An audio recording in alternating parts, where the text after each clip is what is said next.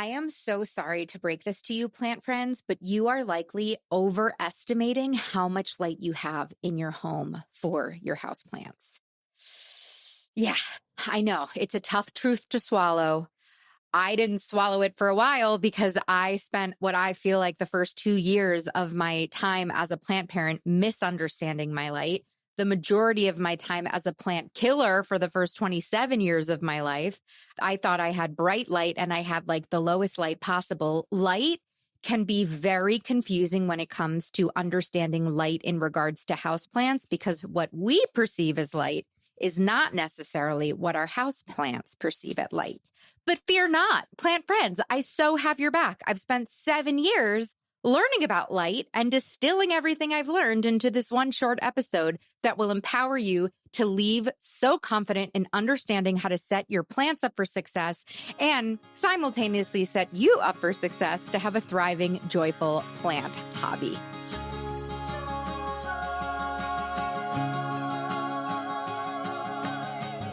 Welcome to the Growing Joy with Plants podcast, where we not only learn how to care for plants successfully, but how to simply and affordably use our plant babies to cultivate more joy in our lives by doing so.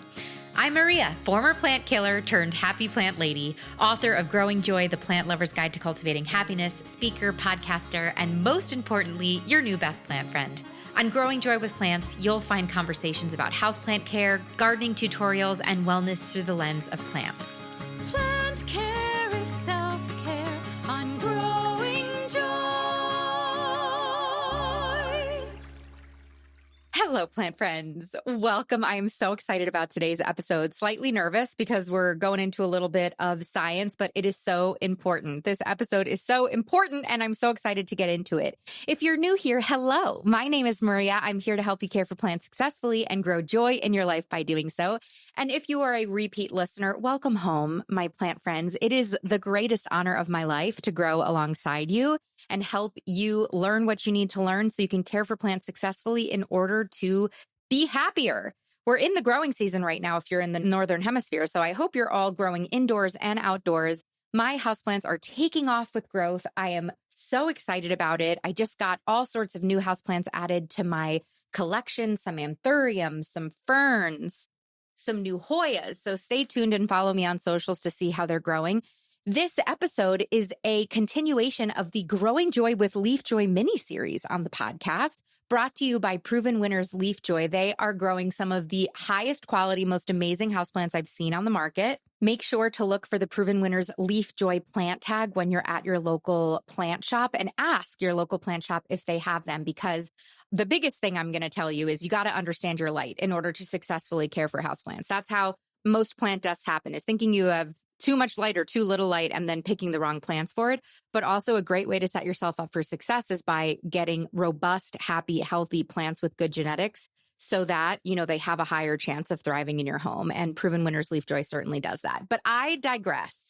Oh, also, if you enjoy this episode, please send it to all your plant friends. You can click the little copy link and shoot it in a text or in a DM to all of your plant friends so we can all make sure that we understand light. And particularly your friends who might be plant killers could probably use this episode. I know I could have used it. I was a plant killer for the majority of my life.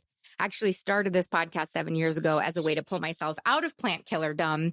And through multiple interviews and reading a lot of books, I've learned a lot about light. So let's dive into it. And another disclaimer, like I said, I used to be a plant killer, and I understand that bright, indirect light, understanding light is confusing. So I feel like sometimes people get a little embarrassed that they don't really understand their light, or it's very confusing what plants to pick for the right lighting environment. I just want you to know, this is such a judgment-free zone. Whatever weird thing you've done with your plants, I've done. I have put my plants I have put high light succulents in the lowest lighting conditions you could ever dream of because I didn't know better. So my mission or, my hope is by the end of this episode, you leave empowered and ideally not make the mistakes that I made in the beginning of my plant care journey.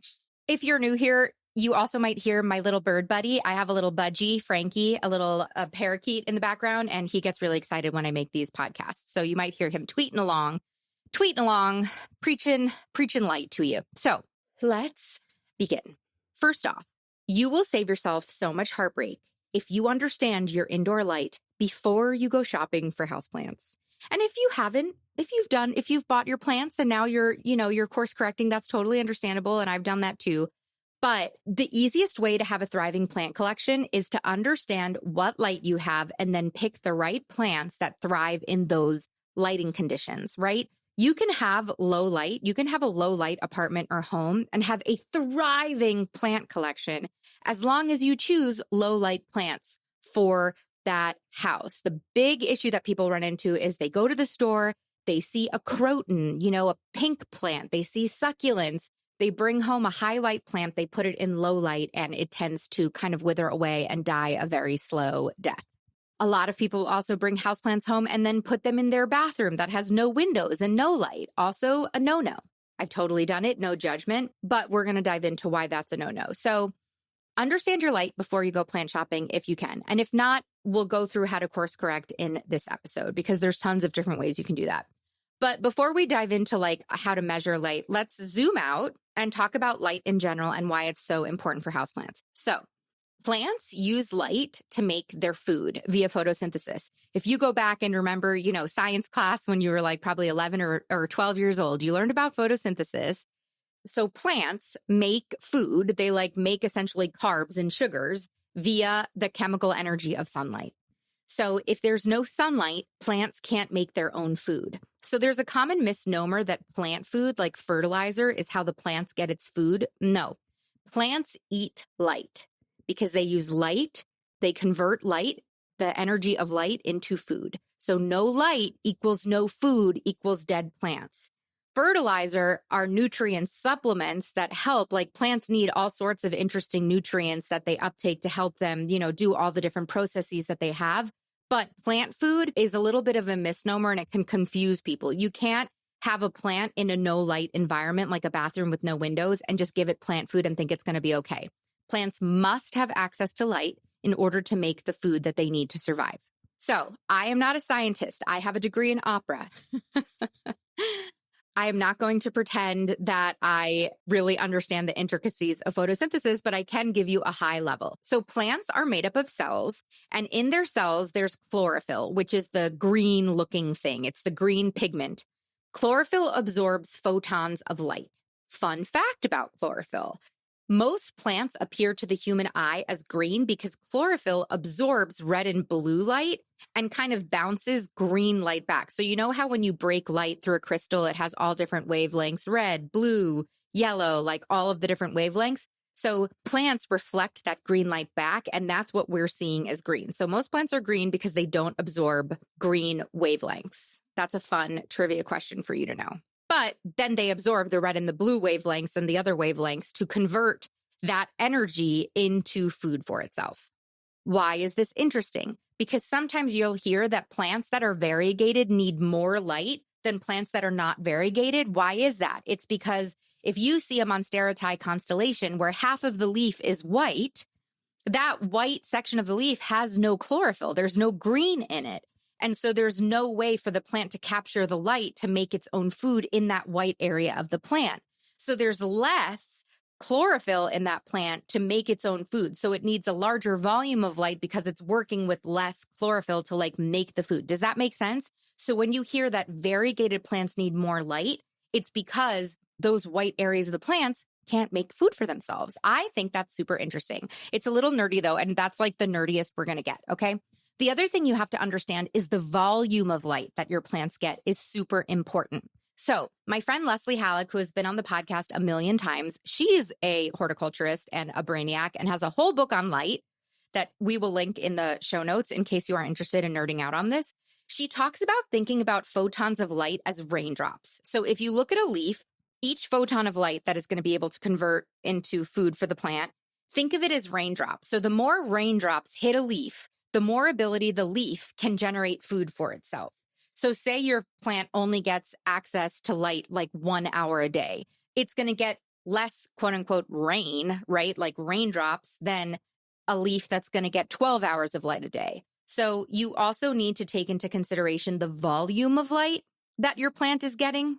So when we talk about low light, medium light, high light, it's also the volume of light your plant is getting because sometimes you can tinker a little bit with your indoor lighting situation with grow lights, say you have a highlight plant and a grow light, you can extend the amount of time that grow light is on in the day to extend and increase the volume of the light. Does that make sense? I hope it does. You can DM me if it doesn't, and I'll try again. But anyway, I don't want to nerd out too much, but just know volume of light is important. Plants use light to do photosynthesis. But light tends to be the answer to a lot of plant care issues. When people DM me, send me emails, ask me at a party what's going on with their plant, like their sick plant, the question I always ask first is, what is the light that plant is getting? And have you recently moved that plant to a different light source? To me, that's like 90% of the issues. And then water also comes into it, but water and light are also very connected. So you'll see. So light ends up being the answer to a lot of troubleshooting questions, and light also ends up being the answer to a lot of, they're not troubleshooting questions, but questions that are like, how can I get more variegation on my plant? How can I get my plant to have bigger leaves? How can I get more fenestrations on my plant? The answer to those questions are also usually more light, right? Because most people are underestimating how much light they have. And usually if you boost your light a little bit, you're going to get more variegation, larger leaves, also brighter colors. A lot of plants that have colorful leaves need more light. They usually tend to be more high light tolerant plants. I want to tell a story about an alocasia that I had. So actually, it's an alocasia I talked about in this Growing Joy with Leaf Joy series probably 6 months ago. It's the alocasia longiloba, I believe. It looks like a classic alocasia poly, and it came to me and the leaves were probably 6 inches long. I have photos of it from a photo shoot that I did with it when I first received it, and it was a beautiful plant, right? I put a bunch of my Proven Winners Leaf Joy plants under a grow light in my office. So I took a Soltech Solutions grow light, I hung it in a closet in my office, and I converted one of my closets in my office into this like highlight haven for my plants. So I put this alocasia under this grow light and I ran the grow light for 12 hours. So the grow light is kind of farther away from the plants because it's just a little bit higher up the way I had to hang it, but it's running for 12 hours. So the volume of light that these plants are getting is really high. Let me tell you, a few months after having this alocasia under this grow light, all of a sudden the plant threw off 2 of the most enormous leaves I have ever seen. When I tell you these leaves are like 3 times the size of the leaves that the plant originally came as, the leaves are like 2 feet tall. You've probably seen it on my Instagram. I'll definitely post a picture of them the week that this episode comes out. You can follow me at Growing Joy with Maria. But because that plant all of a sudden started getting more light, the leaves just took off. It was insane. I could not believe my own eyes. I had to capture a video of it because I was like, this is crazy that just the only thing I changed was the amount of light this plant was getting. And all of a sudden the leaves just took off and like doubled, if not, I want to say maybe some of the leaves were like 2.5 times as large as the original leaves that came to me when the plant was shipped to me, you know? So adding light, you really can kind of tinker with and get really happy jungle vibe plants. Because if you think about it, the amount of light outdoors, even in shade, like in the jungle of, you know, most of our tropical houseplants grow on the understory of the jungle canopy. Even the light that they're getting access, like the dappled sunlight that they get in the jungle, is still probably more than most of our lighting environments indoors. Because if you think about it, we have roofs, right? So our roofs are blocking most of the sun, all of the sun, and we're only getting access to the sun through these windows that we have. And the windows are usually small and they're only allowing a certain volume of light into our house. And then the volume dissipates as you get farther and farther away from the window. So we generally do have much less light than we think we do. And also than our plants have in nature where they exist naturally in the understory of the jungle. So a couple of other things to think about with light is no 2 homes are the same. So if you and I went to the plant shop together and we bought the same snake plant, a 4-inch snake plant, right? A snake plant in a 4-inch pot. And I brought it home and I put it in my western facing window, and you brought it home and you put it in your northern facing window. Or maybe you have a western facing window, but your western facing window, has a tree in front of it and mine doesn't. Our lighting situations in our individual homes are so different that even if you put the same plant in 2 different homes, it's going to grow and have access to a different volume of light. So This episode is really designed to kind of give you this high level information so that you can then go become a super sleuth in your own home and really figure out how much light you have. And don't worry, I'm kind of speaking high level right now, but we're going to get into the nitty gritty in like a few minutes. I just want to go over a couple of other high level principles. Another thing to understand is most plants that are marketed as low light are not low light loving plants. They are low light tolerant plants, because what I just said, the light that we have indoors is so much less than usually the light that plants are getting in nature. There are plants like the snake plant that will tolerate low light, right? They will survive in low light. Maybe they won't grow that much, but they won't die. There's a tolerance there. There isn't a thriving there. There are very few plants that I know that thrive in super low light conditions. I'd say there are low light tolerant plants that can thrive in medium light conditions because they still need to get the light to make their food, right? So I just think it's important to reframe this whole concept of low light loving plants into low light tolerant plants. And you're going to want to make sure that you're getting your plants as much light as you possibly can, while still like maintaining the aesthetic of your home, because I know that that's a stressful thing as well. We already talked about the fact that if you have a variegated plant, it's going to need more light than its non-variegated counterpoint. So I have a Monstera Thai Constellation, also by Proven Winners Leaf Joy, and a normal Monstera. That Monstera that is not variegated, that has a fully green leaf, will not need as much light as the variegated Monstera Thai Constellation to kind of make the same amount of food for itself, because that variegated Monstera has white in its leaves. And another rule of thumb is colorful plants tend to need more light. If they have pink on their leaves, if they have like a lime green on their leaves, just know, rule of thumb, they might need a little bit more light than their green counterparts. Okay, so that's some high level stuff about light. Let's get into it, right? Thanks for bearing with me on that. Like I said, I'm not a scientist, but I wanted to give you some, high level stuff. So let's get into how to assess your own light in your house. Number one, understanding your window orientation. This is the number one thing you should do in order to understand what kind of light you're working with. Get out your phone or an old school compass if you like to camp, but most phones have a compass app on them. Get your phone out, go up to the window, hold your compass up, and figure out what direction all of your windows face. This measuring practice is going to be twofold. So number one, you're going to understand what direction your window faces. And then the general guidelines for this is southern exposure. And this is in the northern hemisphere. So if you're in the southern hemisphere, shout out to our Australian listeners. We have a huge group of Australian listeners for Growing Joy with Plants. Love you so much. Just reverse what I'm saying. Obviously, if you're in the southern hemisphere, you're reverse it from us. But anyway, in the northern hemisphere, southern facing exposure is going to be the highest level of exposure because the sun rises in the east, sets in the west. You get exposure to that sun all day as it's dancing its arc across the sky, right? Second strongest exposure is going to be western because the sun burns a little brighter, a little stronger towards the end of the day. Third strongest is going to be eastern. So eastern exposure windows are going to be a little bit of a gentler light. You're going to get that gentle morning sun. And then the lowest exposure is going to be northern exposure. If you have a northern exposure window, you're probably going to have to go with low light plants. So that's number one. Understand the exposure. Now, this is where you become a super sleuth and everybody's home is its own unique snowflake. Now you have to look out your window. Do you have trees outside of your window? Do you have a building outside of your window? Is the tree outside of your window deciduous? So maybe it drops its leaves in the winter and it's going to allow a lot more sunlight through the winter then, but then it leaves out in the spring and summer. And so all of a sudden that's going to be a lower light scenario when the tree has its leaves on it, right?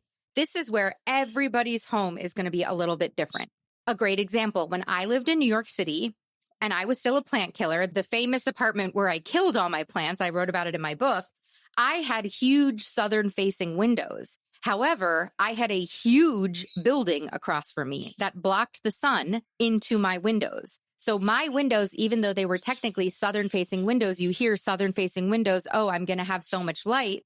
I actually had what felt more like a northern exposure because I had a building in front of my windows that were blocking the sun, and I actually had a very low light home in that situation.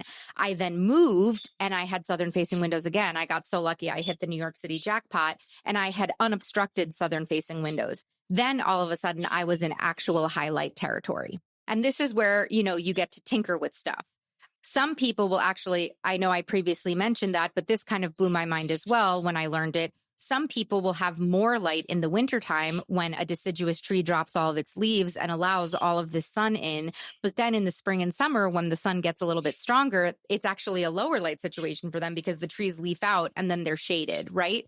Also, do you have shades on your windows? That's immediately going to put you in medium, filtered indirect light situation. So that's where you just have to figure out your own situation.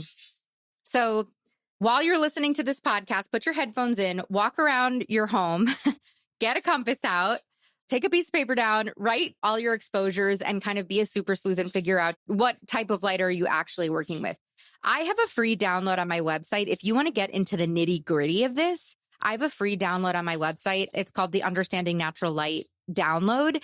It will walk you through 3 days of measuring your light. You'll download a free app, and not only will you understand your window orientation, but you'll go and measure the light throughout the day. I wanted to give you a free, accessible, easy way to just kind of understand north, south, east, west.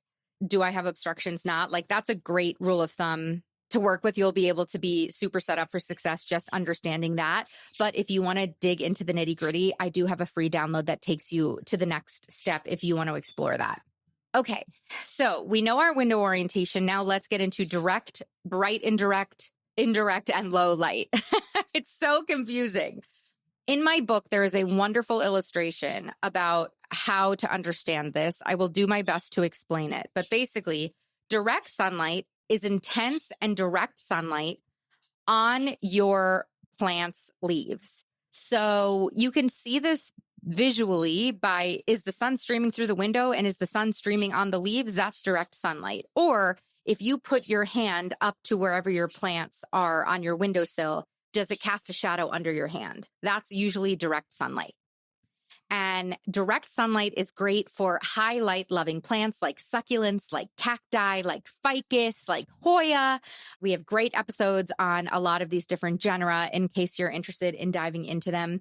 But a great way to see, do I actually have direct light, is to do that hand test, put your hand at the level of where your plants are, see if it casts a shadow, and go from there.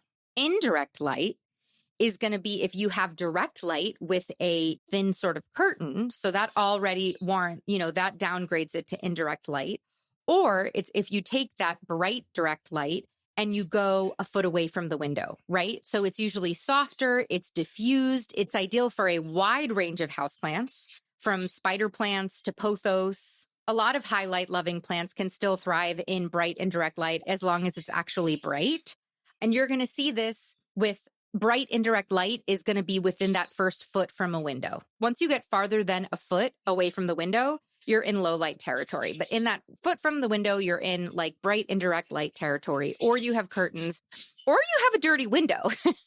A lot of people don't understand how dirty their windows can get on the inside and the outside, and that actually can prevent a lot of sun from coming in. So clean your windows. In my spring plant care checklist, I talk about cleaning your windows at least once a year, if not every season, to make sure that you're getting all the light exposure that you can for your plants. And last but not least, low light. So low light, it's dim. It's suitable for shade-tolerant plants like snake plants and ferns. But where we run into an issue is that our eyes perceive light different than our plants perceive light. So when we're in a home, if you're 15 feet away from a window, you can still kind of see, right? You can still see brightness. You also probably have lights in your home, right? So we're going to be able to perceive brightness as way brighter than our plants will. Your plants need those raindrops to come hit their plant leaves in order to make their food. So low light is going to be a foot to, 4 to 5 feet away from a window.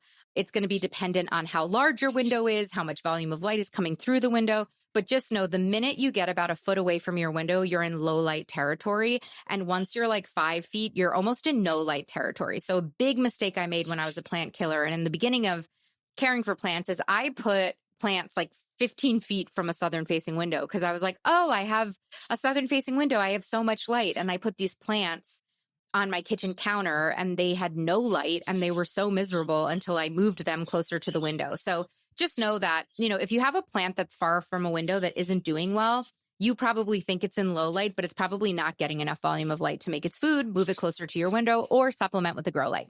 Now, Grow lights make supplementing. This is an episode on natural light. I don't want to get into grow lights. I want to stick with just natural light because, we can do a whole episode on natural light and we have episodes on grow lights before. But if you have a low light area of your home, you can supplement with grow lights. They make bulbs like the Soltech Solutions Vita Grow Bulb. It screws right into a desk lamp or floor lamp. It looks like a light bulb and it turns your, low light areas into a highlight haven. In that kitchen counter that I had, I could put a grow bar under, the kitchen counter, and then all of a sudden I could grow herbs where I couldn't before. So grow lights have now made low light homes a lot easier to work with. I get a lot of questions about, I have a bathroom with no windows. Can I put a plant in it?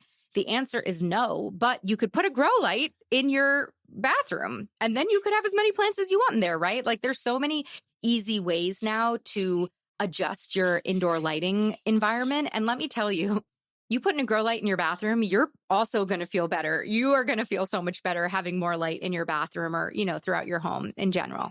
Let's talk about some lighting troubleshooting mistakes that I've made in the past that I had no idea about that I figured might be helpful to share with you as well. Number one, your corners in your home that don't have windows are likely going to be low light, even if they have southern exposure. Let me explain. In my apartment where I had those southern facing windows that were so high light, unobstructed, I got amazing light. I could have like succulents on my windowsill and they could be very happy. Obviously, that room had corners, right? I had two windows in the middle of the room, and then that room had corners. Those corners were so low light because the light goes through the window into the back of the room. It doesn't spread into those dark corners. So those corners end up being very dark. So be careful, just because you have like a southern exposure, those windows are going to be lower light. What I did is I put grow lights in the corners and then I illuminated those corners. I put 3-tiered plant stands and I had a ton of plants in the corners because corners are a great place to put plants. It totally brings life to like a boring, dull corner, but I needed to supplement with grow lights. So I feel like that's a situation a lot of people don't understand. They get these big, gorgeous birds of paradise, ficus, fiddly figs, plants that need a lot of light. And they put them in their corners because you think a big plant will fill the space of a corner, but then the plant doesn't end up getting the light that it needs. So either put it in front of the window, closer to a window, or supplement with a grow light. If your plant's growth gets leggy, meaning if it starts stretching for the sun, you'll see a plant's growth getting leggy if the internodes get longer. So if you look at a plant, let's take a pothos. A pothos has a vine that the leaves grow off of. And wherever a leaf grows off of the vine is a node. That's the growth point for the leaves to grow. When a plant has a lot of light, the nodes, the internodes, the space in between the two nodes, or just think about it as the two leaves, the vine between the two leaves is going to be short. As the plant moves and gets farther away from the sun, it will extend the internode to shoot out another leaf to look for the light. It will start crawling to look for the light. So if you have a plant, so I have a plant, and this will be on my Instagram this week, but I have a Rhaphidophora tetrasperma that I've had for 7 years, and I've had it in multiple different light exposures. And you can see the history of this plant's light exposure experience by looking at the leaves and the internodes. When I had it in a highlight situation, the leaves are very close together. When I put it in a more indirect light situation, the leaves started getting farther apart. Currently, I have it in a pretty low light situation. The leaves are farther and farther apart. And now I've just moved it closer to my window so that it can get a little bit more light and hopefully start throwing off more leaves. So if you get leggy growth, if the internodes start getting too long, put that plant in more light. Some plants that go through a change in light, like if you recently move and you put a plant that used to be in big windows in front of a smaller window, if it goes through a change in light, sometimes it'll go through leaf drop. Ficus tend to do this a lot. Don't fear. If the plant goes through a light change, it might need some time to adjust, and that's totally normal and okay. Citrus will also go through leaf drop sometimes if it goes through a little bit of a transitional shock, but just make sure that if a plant does drop all of its leaves, it has a lot of light when those new leaves, grow in and try and reestablish itself. Like we talked about, if a plant is variegated, it needs more light. If a plant is leaning, so the other thing that's really interesting that all my plants do, but particularly Figaro, my fiddly fig, does, is because plants are so smart, they sense where the light is coming from. So plants will angle their leaves towards the light source. And all of a sudden, you'll notice that, Figaro, my fiddly fig tree, all of a sudden, all of his leaves are facing the window. And he looks kind of bald on the inside of the room. And also he'll start to lean because the weight of all the leaves starts to tip him over. So it's important that you rotate your pots anytime. Some people say rotate your pots once a month, rotate your pots once a quarter. I don't really do that. I'm not going to tell you to do something that I don't do. But when I see that Figaro has all of his leaves rotated towards the window, I'm going to rotate him again so that his leaves can evenly distribute. But that's actually called phototropism, and it's a plant's innate, ingenious way of leaning towards the light to make sure that it gets all those photons, all the raindrops of light on its leaves in order to photosynthesize and make all of the food for itself. So it's super smart. And just know that if you're seeing that, it's totally normal, and just rotate the plant so it can grow upright. You see this issue with a lot of ficus that start leaning over. So any type of woody stemmed plant that stands up tall, just make sure that you're rotating the plant so it doesn't tip over too much. I think that's all the light troubleshooting that I have. But, understanding your natural light can be very simple. Understand your window orientation, understand if you have obstructions, and then pick the right plants for what you've got going on. If you have high light, if you've got southern exposure, if you've got big windows, the world is your oyster. You can choose from Hoya, ficus, succulents, pothos, philodendron, cacti, right? Like most plants are going to thrive in high light scenarios. Medium light, great for anthurium, monstera, rhaphidophora, alocasia, pothos, peace lilies. Low light, tolerant plants can be calathea, ferns, ZZ plants, snake plants. If you want a tailored list of plants that are perfect for your lifestyle and your personality, take my plant parent personality test. I just did a huge revamp on it. And now you will get a list of like 40 plants, like with their Latin names and their common names, organized by their light levels, the light that they tolerate, based on your personality. So if you don't know, my plant parent personality test is a 2-minute free test to take. It gives you your personality as a plant parent. So what are your strengths? What are your weaknesses? And then plants that fit your lifestyle. Because another huge issue I see, in addition to people not understanding their indoor light, is not understanding the right plants that work for them. So if you're someone who travels a lot, if you're someone who has a lot of little kids running around, you don't have time to be taking care of like high maintenance ferns and calathea, right? You need lower maintenance plants. And I've curated a list of plants that work for you at any type of light exposure. Vice versa, if you want to interact with your plants on a daily basis and you might be prone to overwatering, I have the Mindful Plant Parent profile, which has a list of perfectly tailored plants for the mindful plant parent, someone who wants to interact with their plants on a daily basis. So I've taken the guesswork out of it for you if that would be supportive and you want like basically a shopping list that you can take to the plant shop to shop with. So you can go to growingjoywithmaria.com/personality, or you can just click the link in the show notes. We'll put it in the show notes to take your personality test. Let me know what your personality is and what plants you get. You should definitely get plants that are by Proven Winners Leaf Joy. They are high quality plants, the highest quality genetics, grown in the USA, distributed in the US. Look for the Proven Winners Leaf Joy plant tag. I love that their plant tags have plant Latin on them, so you actually understand the plant that you're getting. They support this podcast by creating these care guides because they really want to empower you to have thriving plants that bring you so much joy. I will also link to that Understanding Natural Light download. If you're interested in doing this download, you'll download a free app and you'll actually measure the volume of light that your windows are getting so that you can accurately understand, okay, is this high light, medium light, low light? You don't have to do that download. You can take what we learned in today's episode and be really successful. But if you want to go a level deeper, we have that download available for you because it is my mission in life to take the guesswork out, help you have thriving houseplants so that you can enjoy the emotional wellness benefits from successfully caring for plants and growing joy alongside them. Thanks so much again to Proven Winners for partnering with me on this Growing Joy with Leaf Joy series. Thank you for listening. If you liked this episode, please share it with your plant friends. Please share it with your friends who are plant killers who might need to understand their natural light environment. And until next time, I hope you keep growing joy. Plant friend, thank you for tuning in today. It means so much to me that I get to be part of your planty journey. If you like what you heard, make sure you're subscribed to the show so you never miss an episode. We have so many incredible interviews and solo episodes on incredible houseplant and gardening topics that you will not want to miss this year. And while you're over there in the podcast player subscribing, why don't you click over to the review section of Growing Joy with Plants and leave us a review. Reviews are tremendously helpful for the growth of the podcast, so thanks in advance. If you're looking for more opportunities to grow as a plant parent with Growing Joy content, we've got so many options for you. First, I highly recommend you taking the Plant Parent Personality Test. It's free. It's super fun. It takes 3 minutes to complete. At the end of the test, you're going to get your plant parent personality profile and a curated list of plants, projects, and podcast episodes that are right up your alley, tailored just for you and your lifestyle, inspired by your results. The links are in the show notes. If you're looking to uplevel your plant parent game, I have so many free downloads on my website that I think could help you, like the Understanding Natural Light download or 9 different ways to green up your office space. If you'd like to support the show monetarily and help me bring the show to as many people as possible for free, you can head to our Patreon link in the show notes to learn more about our offerings. And finally, I invite you to come hang out with me and continue the planty conversation on social media on Instagram and TikTok. I'm growing joy with Maria. My DMs are always open if you have requests for topics or ideas for the show. Thank you again for listening. It is truly my honor and delight to help you keep blooming and keep growing joy.